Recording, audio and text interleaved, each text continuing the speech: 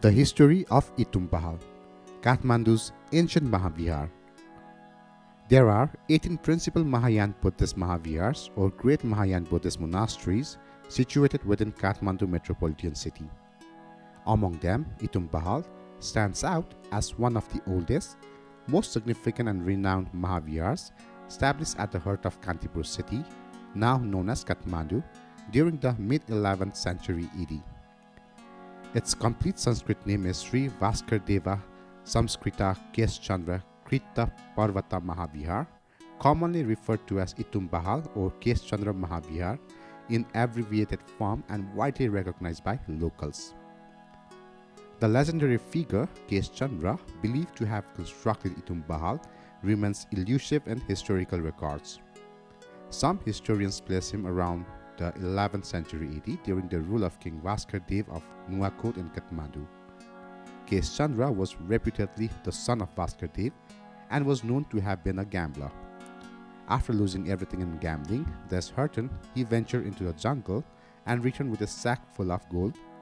With this wealth, he established a grand monastery named Vaskardev Sanskrita Kesh-Chandra Krita Parvata Mahavihar, which translates to the Pigeon Monastery founded by Kesh-Chandra with the patronage of Vaskardev.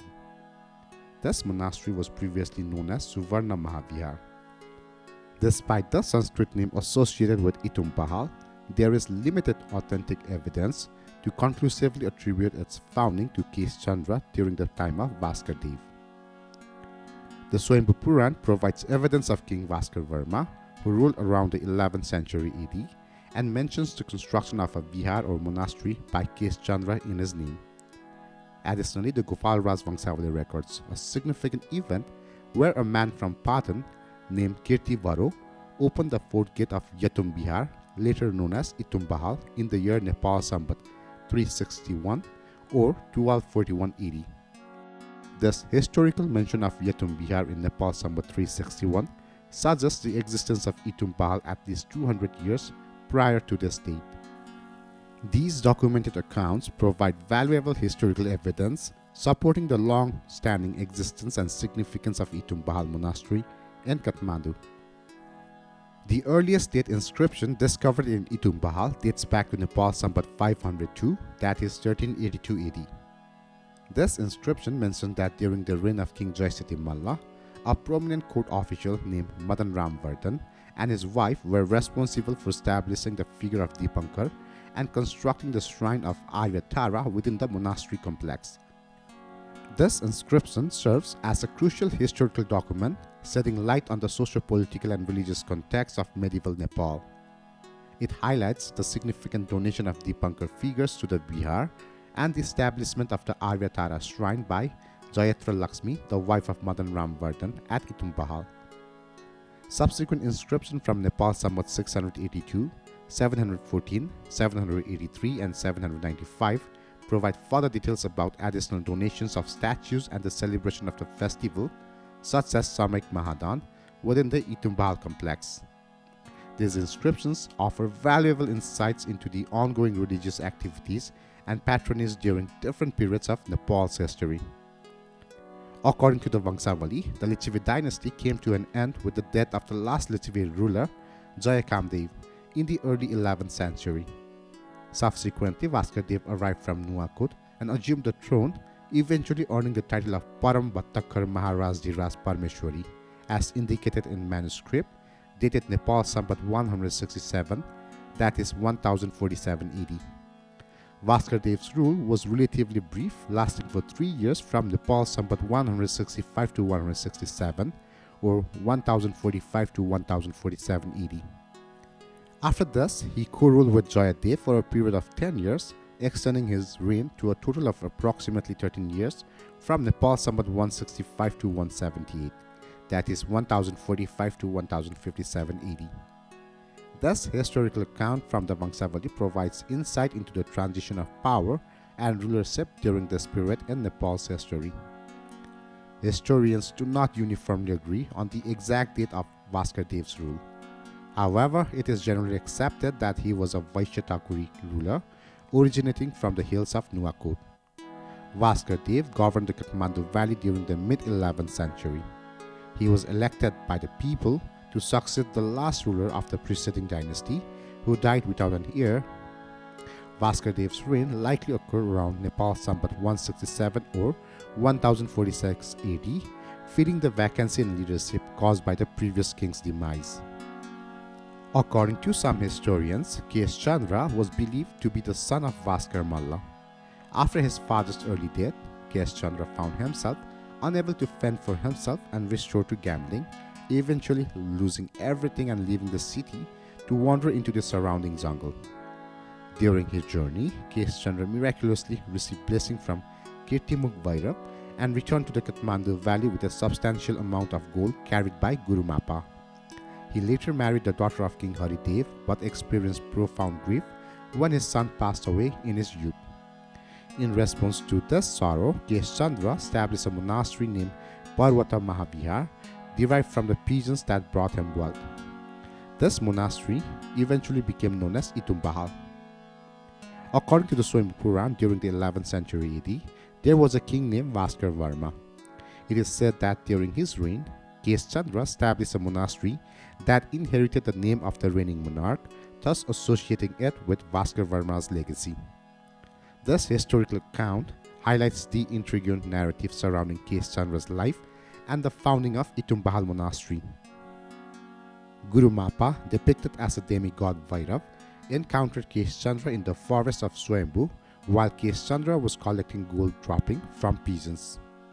Initially, Guru Mappa threatens Kesh Chandra, but Kesh Chandra cleverly addressed Guru Mappa as his maternal uncle and negotiated with him.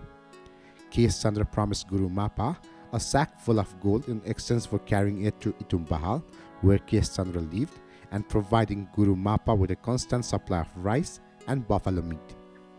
Guru Mappa agreed to the terms and moved to Itumbahal, where he resided and was provided with rice and meat.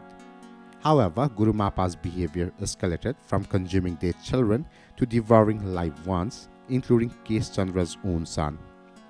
This caused embarrassment and outrage among the community, leading them to demand Guru Mappa's expulsion from Itumbahal. Kesh Chandra then purchased Turikil outside Kantipur and relocated Guru Mappa there. To honor his promise, Kesh Chandra continued to send a mun of rice and buffalo meat to Guru Mappa on the full moon day of Fagun each year. This tradition persists as a remembrance of Kesh Chandra's commitment to Guru Mappa, as recounted in the legends surrounding the founding of Itumbahal Monastery. The accounts of Guru Mappa related to the founding of Itumbahal and the historical figure Guru Marpa from Tibetan sources appears to be distinct individuals with separate narratives and context. Guru Mappa, as depicted in the legends surrounding Itumbahal, is described as a Kirtimukh Bhairav, a demigod with an ugly and dangerous appearance, who assisted Kesh Chandra in establishing the monastery. However, Guru Mappa's action, particularly his consumption of live children, led to his expulsion from Itumbahal and placement in Turikil. On the other hand, Guru Marpa, according to Tibetan sources, was a renowned historical personality and a saint. Born in 1012 AD and passing away around 1096 AD, Guru Marpa was a devoted disciple of Guru Naropa and a key figure in Kagyupa sect of Tibetan Buddhism.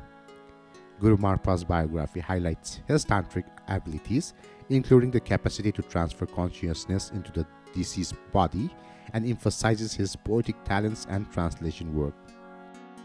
Guru Marpa's documented journey through Nepal, where he stayed at Swayambhu for 3 years around 1042 to 1045 AD, en route to India, suggests a different timeline and purpose compared to the legend of Guru Mappa associated with Itumbahal. While there may be similarities in the names, the context and characteristics of these two figures differ significantly based on Tibetan historical records and local legends. Therefore, without strong evidence linking the two, they are likely distinct individuals with separate identities and historical significance. The narrative surrounding Guru Mappa and Kesh Chandra, as well as the historical figure Guru Marpa of Tibetan Buddhism, presents an intriguing convergence of events and legends. While there are similarities in the timelines and locations associated with these individuals, it remains challenging to conclusively link them without definitive evidence. In the local legends of Itumbahal, Guru Mappa is portrayed as a mystical figure who played a pivotal role in the monastery's founding. Stories suggest encounters and conflicts between Guru Mappa and Kesh Chandra, potentially involving hidden gold and unfortunate events leading to the death of Kesh Chandra's son. Ultimately, Kesh Chandra's grief and transformation culminate in the renovation of his residence into Bihar, dedicated to the greater benefit of mankind and symbolically honoring pigeons. On the other hand, Guru Marpa's documented journeys to India via Nepal, including his stay at Swayambhu during his initial pilgrimage, suggest a distinct historical context rooted in Tibetan Buddhism. While there are intriguing parallels in the timelines and circumstances of these narratives, the lack of concrete evidence makes it difficult to definitely equate Guru Marpa with the legendary Guru Mappa of Itumbahal. Until further conclusive proof emerges, it remains speculative to assert that Guru Marpa and Guru Mappa are the same individuals, despite the intriguing parallels in their respective timelines and the chain of events in their lives. The legends surrounding Itumbahal and the historical accounts of Guru Marpa adds layers of the mystique and complexity to the narrative, highlighting the rich cultural and historical tapestry of the region. Itumbahal holds a unique and significant tradition of fetching water from its well to bathe the Bunga deer or Ratu Matsranath at Lagankhel in Patan. This water is also used for offering at Khwapa deer within Itumbahal and during the sacred bathing ceremony of Bunga deer or Ratu Matsranath in Patan. This tradition likely dates back to the inception of Bunga deer Rath Yatra tradition in the 7th century AD. The continuity of this water fetching tradition suggests the enduring presence of Itumbahal since the introduction of Bunga deer into Nepal by the Lichavi king Narendra Dev. It is plausible that some form of shrine or religious site existed at Itumbahal during the Lichavi period. The well known as Itum near Itumbahal predates the construction of the monastery itself, and the name Itumbahal is derived from this ancient well. The existence of Itumbahal alongside such long-standing traditions underscores its historical and cultural significance within the Kathmandu Valley. The preservation of these rituals and associations with the Bunga deer Rath Yatra and Lichavi period enrich our understanding of the heritage embedded within Itumbahal and its surrounding community. Based on the evidence and historical context provided, it is plausible to conclude that Itumbahal was indeed established by Kesh Chandra around Nepal Sambat 165 or 1045 AD. The monastery was originally named Vascadev Sanskritai Kesh Chandra Kirta Parvata Mahavihar in honor of Kesh Chandra's patronage under Vascadev. Furthermore, the presence of both a shrine or religious site prior to the formal establishment of Itumbahal suggests that the location held spiritual significance and possibly served as a center for religious activities even before Kesh Chandra's time. The remaining and formal establishment of Itumbahal in 1045 AD likely involved the construction or renovation of existing structures to establish the monastery complex as it is known today. The historical continuity of religious practices and rituals, including the tradition of fetching water from the Bunga deer Rath Yatra, reinforces the enduring cultural heritage associated with Itumbahal and its root in Lichavi period. This rich history underscores the importance of Itumbahal within the Kathmandu Valley's religious and cultural landscape, representing a tangible link to Nepal's ancient Buddhist heritage. Thank you.